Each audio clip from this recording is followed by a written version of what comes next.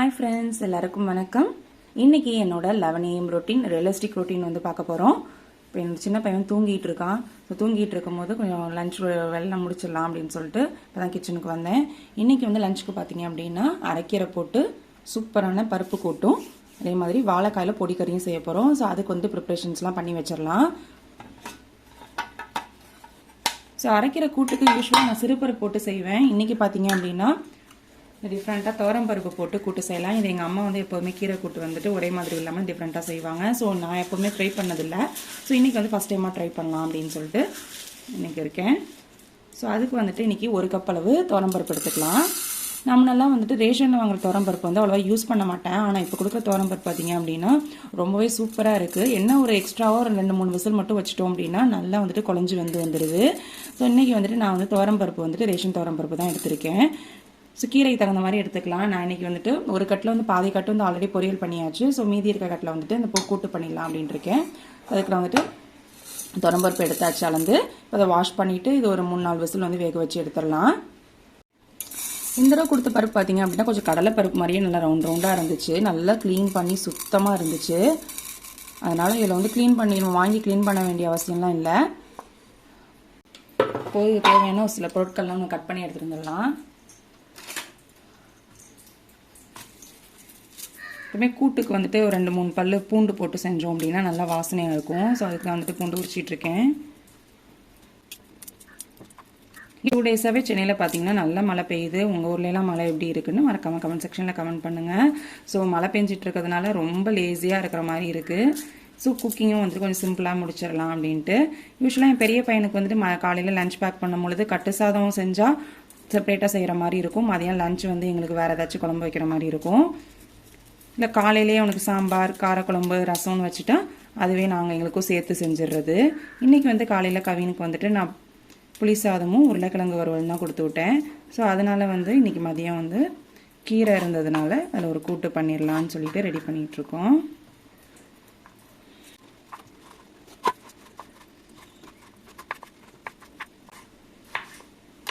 இப்போ இது கூட கட் பண்ணி வச்சுருக்க தக்காளி ஆட் பண்ணிக்கலாம். எடுத்து வச்சு பூண்டும் சேர்த்துக்கலாம். பெருங்காயத்தூளும் சேர்த்துட்டு தேவையான அளவு தண்ணி ஆட் பண்ணிக்கோங்க. ஒரு சின்ன டிப், எப்போ பருப்பு வேக வைக்கும் போது ஒரு ஃபியூ ட்ராப்ஸ் எண்ணெய் விட்டு வேக வச்சிங்க அப்படின்னா பருப்பு நல்லா குழஞ்சி வெந்து வரும். சின்ன கம்மியான விசில்லே பருப்பு வந்து நல்லா மசியாக இருக்கும். அவ்வளோதான், பருப்பு வந்து வேக வச்சிடலாம். கொஞ்சம் மீடியமாக வச்சு வேக வச்சுருவோம். ஒரு 4-5 விசில் நல்லா வெந்து வரட்டும். வந்து விசில் வந்துருச்சு, பருப்பு நல்லா வெந்துருச்சு. இப்போ அடுத்த சாதம் வடிக்கிறதுக்கு பானையில் தண்ணி பிடிச்சி போட்டாச்சு. இப்போ உள்ள நல்லா கொதிக்கட்டும். நான் எப்போவுமே வந்துட்டு இண்டக்ஷனில் ஃபஸ்ட்டு தண்ணி கொதிக்க வச்சுட்டு அதுக்கப்புறமா வந்துட்டு சாதம் வடிக்கிறதுக்கு வந்து ஸ்டவ்வில் வச்சுக்குவேன். ஸோ இதில் வந்து தண்ணி சீக்கிரமாக கொதிச்சிடும், கேஸும் மிச்சமாகும் அப்படிங்கிறதுனால தண்ணி நல்லா கொதி வரட்டும். பொடி கறி பண்ணுறதுக்கு தேவையான சாமான் எல்லாம் ட்ரை ரோஸ்ட் பண்ணி எடுத்துக்கலாம். அதுக்கு நான் வந்து 1 ஸ்பூன் அளவு தனியா, 1 டீஸ்பூன் அளவு மிளகு, ஜீரகம், சோம்பு சேர்த்துக்கலாம். 1 ஸ்பூன் கடலைப்பருப்பு, 1 ஸ்பூன் துவரம்பருப்பு, காரத்துக்கு தேவையான வரமிளகாய் சேர்த்துட்டு இது எல்லாத்தையுமே வந்துட்டு எண்ணெய் சேர்க்காமல் நல்லா ட்ரை ரோஸ்ட் பண்ணி எடுத்துக்கலாம். வாழைக்காய் எப்போதும் ஒரே மாதிரி வந்துட்டு மிளகாத்தூள், மஞ்சத்தூள் போட்டு வறுக்கிறதுக்கு இந்த மாதிரி அப்படின்னா டேஸ்ட் வந்து நல்லா டிஃப்ரெண்ட்டாக இருக்கும். நான் கல்யாணத்தில் எல்லாம் சாப்பிடுவோம் இல்லையா, அந்த மாதிரி இருக்கும். இந்த பொடி வந்துட்டு நீங்கள் அப்போ தான் ஃப்ரெஷ்ஷாக நுணுக்கணும்னு தேவையில்லை. நுணுக்கி வச்சுக்கிட்டிங்கன்னா நீங்கள் வாழைக்காய், கருணக்கிழங்கு, காராக்கருணை, அதே மாதிரி உருளைக்கிழங்கு எது செஞ்சாலுமே நீங்கள் வந்து கொஞ்சம் ஆட் பண்ணிக்கிட்டீங்க அப்படின்னா டேஸ்ட் வந்து டிஃப்ரெண்ட்டாக இருக்கும். இது எல்லாமே கொஞ்சம் ஆட் பண்ணால் போதும். இந்த மல்லிலாம் ரொம்ப ஆட் பண்ணிட்டோம்னா அதோட ஃப்ளேவர் வந்து ரொம்ப டாமினேட்டிங்காக இருக்கும். சில பேருக்கு இந்த மல்லியோட டாமினேட்டிங் ஸ்மெல் வந்து பிடிக்காது. பையன் தூங்கிட்டு இருக்கான், எப்போ எழுந்திரிப்பான்னு தெரியல. ஸோ எழுந்திரிச்சு வரதுக்குள்ளே நம்மளால் முடிஞ்ச ஒர்க் எல்லாத்தையுமே வந்துட்டு முடிச்சிடணும். ஏதாச்சும் ஒரு 2 வேளை சாதம் வடிக்கிறது, குழம்பு வைக்கிறது, தொட்டுக்க செய்கிறதுல ஒரு 2 வேளை முடிஞ்சிட்டாலுமே அது பெரிய இதாக இருக்கும், ரிலீஃபாக இருக்கும். ஏன்னா எழுந்ததுக்கப்புறம் அவங்கள பார்க்க தான் நானும் சரியாக இருக்கும். நல்லா வறுபடட்டும். அடுத்து நம்ம கீரை வந்து நான் க்ளீன் பண்ணிகிட்ருக்கேன், அதை க்ளீன் பண்ணி முடிச்சிடலாம். இதோட மொத்தமான தண்டை மட்டும் நம்ம எடுத்துட்டு வாழைக்காய் பொடிக்க செய்யறதுக்கு பவுடருக்கு வந்து வறுத்து வச்சாச்சு. அடுத்தது வாழைக்காய்லாம் கட் பண்ணிட்டு வந்துடலாம். இந்த கத்தி அன்றைக்கி தாங்க வாங்கினேன், ரொம்ப ஷார்ப்பாக இருந்துச்சு. இங்கே பாருங்கள், வேகமாக கட் பண்ணுறேன்னு சொல்லிட்டு நெகத்தையே கட் பண்ணிடுச்சு 2 தடவை. நல்ல வேலை இதில் இறங்கலை, சதையில் இறங்கியிருந்தால் ரத்தம் வந்திருக்கும். ரொம்ப ஷார்ப்பாக இருக்குது. இல்லைனா நைஃப் யூஸ் பண்ணும்போது இன்னும் நான் வந்துட்டு நல்லா வேகமாக யூஸ் பண்ணுவேன். இது ரொம்ப ஷார்ப்பாக இருக்குன்னு கேட்டி நான் ஸ்லோவாக இப்போ செஞ்சுட்ருக்கேன். நைஃப் யூஸ் பண்ணும்போது கண்டிப்பாக பார்த்து யூஸ் பண்ணுங்கள். ஆதியாக இப்படி கட் பண்ணிக்கலாம். அப்போ தான் வந்துட்டு துண்டு துண்டாக செய்கிறதுக்கு நல்லாயிருக்கும். பாருங்கள், இந்த அளவுக்கு நல்லா வாசனை வர அளவுக்கு வந்துட்டு வறுபட்டு அவ்வளோதான். எல்லா வாழைக்காயும் கட் பண்ணியாச்சு. பாருங்கள், உலகம் வந்து தண்ணி வந்து நல்லா கொதி வந்துருச்சு. இப்போ எடுத்து கேஸ் ஸ்டவ்வுக்கு மாற்றி நம்ம ரைஸ் போட்டுடலாம். மேரேஜ் ஆன புதுசுலாம் பார்த்தீங்க அப்படின்னா சாதமே எனக்கு வடிக்க தெரியாது. சாதம் வடிக்கிறது ஏதோ பெரிய வேலை மாதிரி இருக்கும், பயமாக இருக்கும், கையில் எதுவும் அரைஞ்சி ஊற்றிடும் அப்படின்னு சொல்லிட்டு. ஆனால் இப்போது ஒரு 3-4 இயர்ஸாக பார்த்தீங்க அப்படின்னா வடித்து பழக்கமாயிட்டு இப்போ வந்து மோஸ்ட்லி வந்து சாதம் வந்து வடிச்சிடுறது. எப்போயாச்சும் நம்ம அர்ஜென்ட்டாக வந்து வெளில கிளம்புறோம், இல்லை வந்து காலையில் வந்து தம்பிக்கு லஞ்ச் பேக் பண்ணுறோம் அப்படிங்கிறப்ப டைம் செட் ஆகாது. ஸோ அந்தமாரி நேரத்தில் வந்து குக்கர் யூஸ் பண்ணிக்கிறது. அதே மாதிரி சின்ன பையன் வந்து தூங்கிட்டு இருக்கானா கொஞ்சம் டைம் வந்து ரிலாக்ஸாக நம்ம சமைக்கலாம். இதுவே வந்துட்டு அவன் முழிச்சிட்டு இருந்தானா மோஸ்ட்லி வந்துட்டு இடுப்பில் தூக்கி வச்சுட்டே தான் செய்கிற மாதிரி இருக்கும். ஸோ அந்த நேரத்தில் வந்துட்டு தண்ணி கொதிக்க வச்சு இந்தமாதிரி சொல்லிட்டு வடிக்கிறது வந்துட்டு கொஞ்சம் டஃப்பாக இருக்கிற மாதிரி இருக்கும். இது 20 மினிட்ஸ்லாம் இப்போ வேலை முடிஞ்சிடும். அதுக்குள்ளே நம்ம வந்து வாழைக்காய் பொடிக்கறி வந்து ரெடி பண்ணிட்டு வந்துடலாம். ஸ்டவ் ஆன் பண்ணியாச்சு. இப்போ நம்ம பொடிக்கறி வந்து ரெடி வறுத்து இப்போ அதே கடாயை தான் வச்சுருக்கேன். இப்போ இதில் தேவையான அளவு எண்ணெய் சேர்த்துக்கலாம். அன்றைக்கி கடலெண்ணெய் தான் யூஸ் பண்ணுறேன். எண்ணெய் நல்லா காஞ்சிருச்சு. இப்போ எப்பவும் போல் தாளிக்கிற மாதிரி 1 ஸ்பூன் கடுகு, 1 ஸ்பூன் உளுத்தம் பருப்பு, காரத்துக்கு 1 வரமிளகாய் வந்து ஆட் பண்ணியிருக்கேன். இது கூடவே கொஞ்சமாக பெருங்காயத்தூளும் சேர்த்துக்கலாம். நம்ம கட் பண்ணி வச்சுருக்க வாழைக்காயை சேர்த்துக்கலாம். இப்போ இதுக்கு தேவையான அளவு உப்பு சேர்த்துக்கலாம். கூடவே வந்து வாசனை கொஞ்சம் கருவேப்பிலை, ஒரு 1/4 ஸ்பூன் அளவு மஞ்சத்தூள் சேர்த்து நல்லா கலந்து விட்டுருங்க. வாழைக்காய் வந்து நல்லா அரைப்பதமாக நல்லா வேகணும். வெந்ததுக்கப்புறம் தான் நம்ம வந்து பொடி இதெல்லாம் ஆட் பண்ணணும். ஏன்னா அப்போ தான் சாப்பிடும்போது ரொம்ப கருக்குன்னு இல்லாமல் கொஞ்சம் சாஃப்டாக இருக்கும். இதில் கொஞ்சமாக வந்து தண்ணியை வந்து தெளித்து விட்டுருங்க. இது ஒரு 5 to 10 மினிட்ஸ் நல்லா வந்துட்டு அரைப்பதமாக வேக. இந்த பக்கம் நல்லா கொதிச்சுட்டு இருக்கு. சிம்மில் தான் வச்சுருக்கேன். எப்போவுமே குக் பண்ணும்போது சைட் பை சைடு நம்ம கட் பண்ண காய்கறி தோல் அது எல்லாத்தையுமே வந்துட்டு நம்ம க்ளீன் பண்ணிட்டோம் அப்படின்னா நமக்கு வந்து வேலை வந்து சீக்கிரமாக முடிஞ்சிடும். நான் எப்போதுமே வந்துட்டு காயெல்லாம் கட் பண்ணுறேன் அப்படின்னா அப்போக்கப்போ க்ளீன் பண்ணிவிடுவேன். இல்லை சேர்த்து வச்சுட்டு க்ளீன் பண்ணுறதுலாம் எனக்கு பிடிக்காது. அதே மாதிரி பார்த்தீங்க அப்படின்னா குக் பண்ணுறது பெரிய விஷயம் இல்லை. நம்ம எப்படி வந்து எந்த வேலையை ப்ரையாரிட்டைஸ் பண்ணி குக் பண்ணுறோம் அப்படிங்கிறதான் முக்கியம்.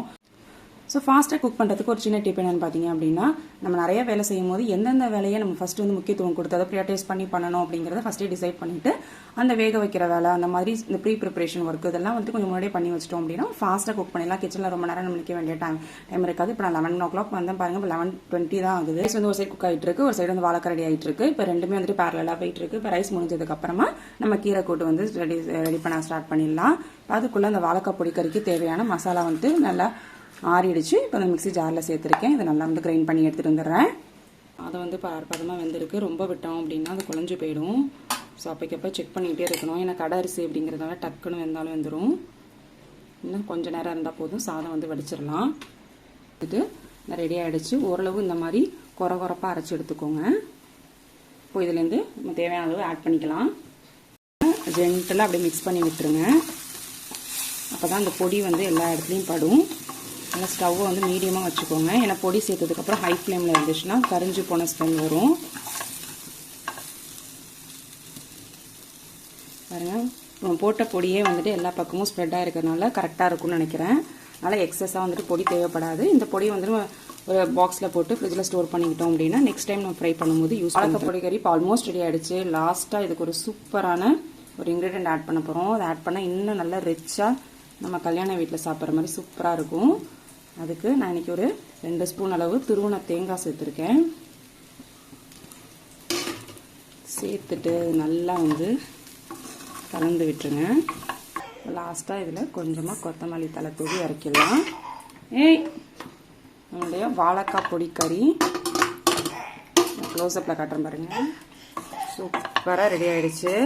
சாம்பார் சாதம், ரஸ் சாதம், தயிர் சாதத்துக்கு அமேசிங்கான காம்பினேஷனாக இருக்கும். மறக்காம இந்த ரெசிபி நீங்களும் ட்ரை பண்ணி பாருங்கள். ரொம்பவே சிம்பிள், டேஸ்ட் வந்து அல்டிமேட்டாக இருக்கும். முடிஞ்சிருச்சு. என் பையனும் எஞ்சிட்டான். இப்போ கொஞ்சம் நேரம் அவனோட டைம் ஸ்பெண்ட் பண்ணிவிட்டு அதுக்கப்புறமா வந்து கீரை கூட ரெடி பண்ணிடலாம். நல்லா வெந்துருச்சு. இப்போ வடிச்சலாம் நினைக்கிறேன். ரொம்ப பொடிசாக கட் பண்ணணும்னு தேவையில்லை, பொரிகளுக்கு கட் பண்ணுற மாதிரி. பையன் எழுந்திரிச்சு ஒரு 20 நிமிஷம் ஆயிடுச்சு. நம்ம ஃபஸ்ட்டு காம் டவுன் பண்ணி உட்கார வச்சுட்டு வந்தால் தான் நம்ம அடுத்த வேலை செய்யலாம். ஏன்ப்பா ஊர் சைடெலாம் பார்த்தீங்க அப்படின்னா கீரை வந்து ரொம்ப முத்துனதாகவே இருக்காது. கொஞ்சம் எலசாக இருக்கிற மாதிரி இருக்கும். ஆனால் இங்கே வர கீரையெல்லாம் பார்த்தீங்க அப்படின்னா பூவே வச்சிரும், அந்த அளவுக்கு தான் கீரையே வரும். ஆனால் தண்டு போட்டிங்க அப்படின்னா ரொம்ப வந்துட்டு கருக்குன்னு இருக்க மாதிரி இருக்கும். அதனால் ஃப்ரெஷ்ஷாக இருந்துச்சு அப்படின்னா நம்ம தண்டோடு சேர்த்து செய்யலாம். இல்லைன்னா அந்த இலட்ட உள்ள தண்டை மட்டும் எடுத்துகிட்டு நம்ம குக்கிங்க்கு யூஸ் பண்ணிக்க வேண்டியதான். ரொம்ப நாள் அந்த கருப்பு மண் சட்டி வாங்கணுன்னு எனக்கு ஆசை. ஆனால் ரேட்டு ரொம்ப அதிகமாக இருந்ததுனால பார்த்துட்டு வச்சுட்டு வந்துடுவேன். இது கொஞ்சம் ரீசனபிளாக இருந்ததுனால வாங்கினேன். கூட்டு, மீன் குழம்பு, காரக்குழம்பு இதெல்லாம் இதில் செய்யும் போது பார்த்தீங்க அப்படின்னா டேஸ்ட் ரொம்ப சூப்பராக இருக்கும். இப்போ இதில் ஒரு 3 ஸ்பூன் அளவு நல்லெண்ணெய் சேர்த்துருக்கேன். இந்த அளவு பார்த்தீங்க அப்படின்னா ரொம்ப சின்னதும் இல்லை பெருசும் இல்லை, மீடியமான சைஸாக இருக்கும். ஒரு 3 பேருக்கு மீன் குழம்பு வைக்கிறோன்னா தாராளமாக மாங்காய் போட்டு வைக்கலாம், நல்லா கொதிச்சு சூப்பராக இருக்கும். எண்ணெய் நல்லா ஹீட் ஆகிடுச்சு. இப்போ தாளித்து விட்டுடலாம். எப்போதும் போல் ஒரு ஸ்பூன் அளவு கடுகு சேர்த்துக்கலாம். கடுகு நல்லா பொரிஞ்சதுக்கப்புறமா இது கூட ஒரு காஞ்ச மிளகாய் சேர்த்துக்கலாம். கூடவே வந்துட்டு ஒரு பெரிய வெங்காயம் நல்லா பொடிசாக கட் பண்ணி அது சேர்த்துக்கலாம். சின்ன வெங்காயம் இருந்தால் சின்ன வெங்காயம் கூட சேர்த்துக்கலாம். இதில் தேவையான அளவு சால்ட்டு சேர்த்துக்கோங்க. பண்ணி வச்சுருக்கேன் அரைக்கீரை சேர்த்துக்கலாம். கீரை எப்போவுமே நிறைய இருக்கிற மாதிரி இருக்கும் கட் பண்ணும் பொழுது. ஆனால் அடுப்பில் சேர்த்து கிளறினீங்க அப்படின்னா அப்படியே சுண்டி வந்துடும். பாருங்கள், நிறைய சேர்த்த மாதிரி இருந்துச்சு, சுண்டி வந்துருச்சு பாருங்கள்.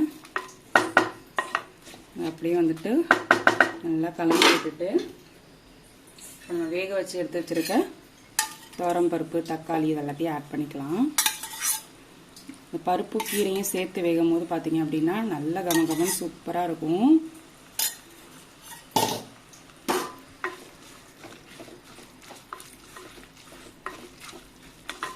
பருப்பு வந்து ரொம்ப மஷியாக இல்லாமல் இந்த அளவுக்கு கொஞ்சம் தெரியணும். அப்போ தான் வந்துட்டு கூட்டில் சாப்பிடும்பொழுது நல்லாயிருக்கும். இங்கே பாருங்கள், பருப்பு வந்து வெந்திருக்கு, பட் ரொம்ப குழன்னு இல்லை, இந்த மாதிரி இருக்கணும். அப்போ தான் இந்த கூட்டுக்கு சூப்பராக இருக்கும். இது நீங்கள் காரக்குழம்புக்கு இதுக்கெல்லாம் சைட் டிஷ்ஷாக கூட வச்சு சாப்பிட்லாம், அந்தளவுக்கு சூப்பராக இருக்கும். இந்த ஸ்டேஜில் ஒரு 1/4 ஸ்பூன் அளவு மஞ்சள்தூள் சேர்த்துக்கலாம். ஒரு 1/2 ஸ்பூன் அளவு மிளகாய்த்தூள், தனி மிளகாய்த்தூள் சேர்த்துக்கலாம். விட்டுட்டு நல்லா பருப்போடு சேர்த்து நல்லா கிளறி விட்டுருங்க. இப்போது இந்த பருப்பு வேக வச்சுருக்க தண்ணியே போதும். இதை மூடி போட்டு இப்போ மூடி வச்சிடலாம். ஒரு 10 நிமிஷம் நல்லா சிம்மில் வந்து நல்லா குழஞ்சி வெந்து வரட்டும். ஒரு 7-8 பல் தேங்காய் வந்து சேர்த்துருக்கேன். தேங்காய் வந்து ரொம்ப ஆட் பண்ணணும்னு தேவையில்லை, கொஞ்சமாக அந்த டேஸ்ட்டுக்காக ஆட் பண்ணால் போதும். ஒரு 1/4 ஸ்பூன் அளவு சீரகம் போட்டுக்கலாம். நைஸ் பேஸ்ட்டாக அரைச்சி எடுத்துக்கலாம். தேங்காய் பேஸ்ட்டை வந்து இதில் சேர்த்துக்கலாம். இப்போ நல்லா ஒரு கொதி வரட்டும். கொதி வந்ததுக்கப்புறம் நான் ஆஃப் பண்ணிடலாம். கூட்டை வந்து ஆஃப் பண்ணிடலாம். என் பையனை பாருங்கள், விளக்கி வச்ச சாமான் எல்லாத்தையும் எடுத்து தரையில் போட்டு விளாண்டுட்டு இருக்கான். டாய்ஸ் எடுத்து போட்டுனா ஹாலில் உட்காந்து விளையாடவே மாட்டான். நான் இந்த மாதிரி கண்டெய்னர்லாம் கழுவி காய வச்சு எடுத்து வைப்பேன். இவருக்கு வந்து அதெல்லாம் எடுத்து இந்த மாதிரி க்ளோஸ் பண்ணி ஓப்பன் பண்ணி விளையாடுறது தான் அவருக்கு விளையாட்டே. இங்கேனால எல்லா துணியுமே துவைச்சி வீட்டுக்குள்ளேயே காய போட்டாச்சு. காஞ்சிட்ருக்கு. ஃபேன் மட்டும் போட்டு விடணும், சமைச்சிட்டு இருக்கிறதுனால ஃபேன் பண்ண முடியல. நான் அதை கூட்டு செஞ்சுட்டு வரத்துக்குள்ளே என்னென்ன வேலை பண்ணி வச்சுருக்காங்க பாருங்கள். விடுதன் குட்டி டாய்ஸ்லாம் எடுத்து கொடுத்தோன்னா அதெல்லாம் எடுத்து இங்கே அப்படியே போட்டுட்டு அவருக்கு டாய்ஸே வந்து ரிமோட்டு இந்த மாதிரி கவின் வச்சுருக்கு. அந்த ப்ராஜெக்ட் செய்கிறதுக்காக இந்த ஐஸ்கிரீம் ஸ்டிக்ஸ்லாம் நீங்கள் வாங்கிட்டு வந்தோம். அது எல்லாத்தையும் இந்த மாதிரி எடுத்து களைச்சி போட்டு விளாட்றது தான் ரிதனுக்கு வந்து வேலையே. இதை மாதிரி ஒரு தடவை 2 தடவை பண்ணால் பரவாயில்ல. ஒரு நாளைக்கு இது ஒரு வந்து ரிப்பீட்டாக நம்ம எடுத்து வச்சுட்டே வருவேன். பின்னாடியே வந்து எடுத்து போட்டுகிட்டே இருப்பார். எடுத்து வச்சுட்டு வீடு ஃபுல்லாக வந்துட்டு க்ளீன் பண்ணணும். மதியம் லன்ச் டைமுக்கு ஹஸ்பண்டும் வந்தாச்சு.